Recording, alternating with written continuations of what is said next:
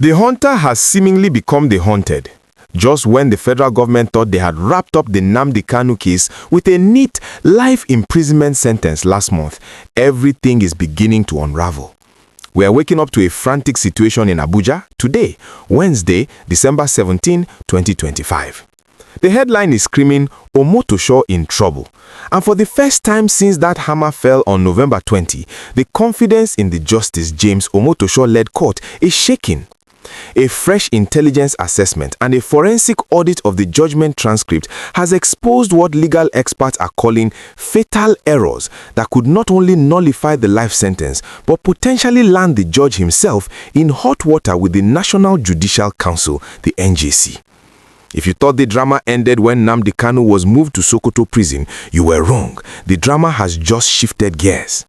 Here is the gist of what is happening. Credible reports emerging this morning indicate that an internal review sparked by a petition from international legal observers and backed by what sources are calling leaked intelligence has flagged serious procedural breaches in the judgment delivered by Justice Omotosho. Remember, when the judge delivered that life sentence, he stood on the premise that Kanu waived his right to defense. He claimed that the prosecution had proved its case beyond reasonable doubt. But this new exposure suggests that the court may have relied on a charge that didn't technically exist in the eyes of the law. The error centers on count 7. You will recall that during the trial, Nnamdi Kanu himself stood up in the dock without a lawyer and shouted that count 7 destroys this entire trial because it doesn't exist. He argued that the Supreme Court had already struck it down or declared it defective. At the time, Justice Omotosho silenced him, ordered him out of the court for being unruly, and proceeded to sentence him on that very count along with others. Now, intelligence analysis of the Supreme Court's remittal order reveals that Kanu was right. The lower court may have convicted him on a dead charge. If this is true, it is not just a mistake, it is a miscarriage of justice that borders on judicial misconduct. But why is Omotosho in trouble? It's not just about getting the law wrong. Judges make mistakes all the time, and that is what the Court of Appeal is for. The trouble here is the manner of the judgment. Sources say the intelligence aspect points to a rushed job.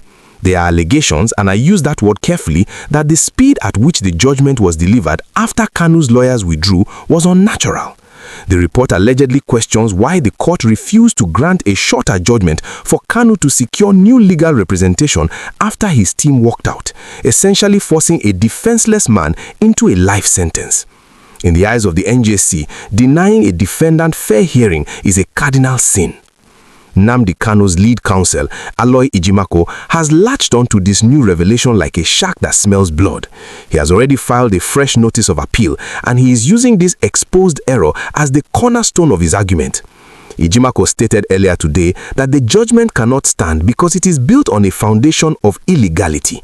He argues that you cannot sentence a man for terrorism based on a broadcast when the very court that tried him ignored the terrorism of his extraordinary rendition from Kenya. The intelligence report apparently supports this view, noting that the judgment completely glossed over the rendition aspect, which the Supreme Court had explicitly condemned. The atmosphere in the Southeast is electric right now. For the Umuchineke and IPOB supporters, this news is vindication. They have always maintained that the trial was a sham. Now, seeing reports that the judge might be facing scrutiny is fueling their hope that the Supreme Court will overturn this verdict sooner rather than later. It is also interesting to note the timing. This is coming just days after the death of former CGN Tanko Muhammad.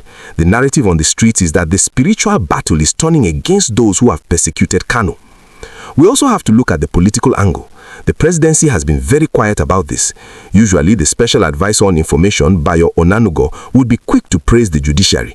But with these errors coming to light, and with the international community asking questions about the fairness of the trial, the villa seems to be treading cautiously. They know that if this judgment collapses on appeal because of a rookie error by the judge, it will be a massive embarrassment to the Tinubu administration, which has banked on this conviction to silence the agitation. The question now is, will the NJC act? Will they investigate Justice Omotosho for potential bias, or will this be swept under the carpet until the appeal court date in January 2026?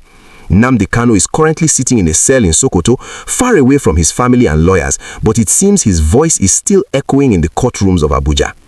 I want to ask you, do you think Justice Omotosho made an honest mistake, or was this a hatchet job to keep Kanu away forever? And if the judgment is found to be flawed, should Kanu be released immediately?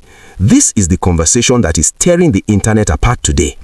If you are following this high-stakes legal chess game, you need to smash that like button right now. It helps us get this information out to more people who deserve to know the truth. And please do not forget to subscribe to the channel. We are tracking every motion, every leak, and every judgment in this case. Turn on that notification bell so you are the first to know when the next bombshell drops.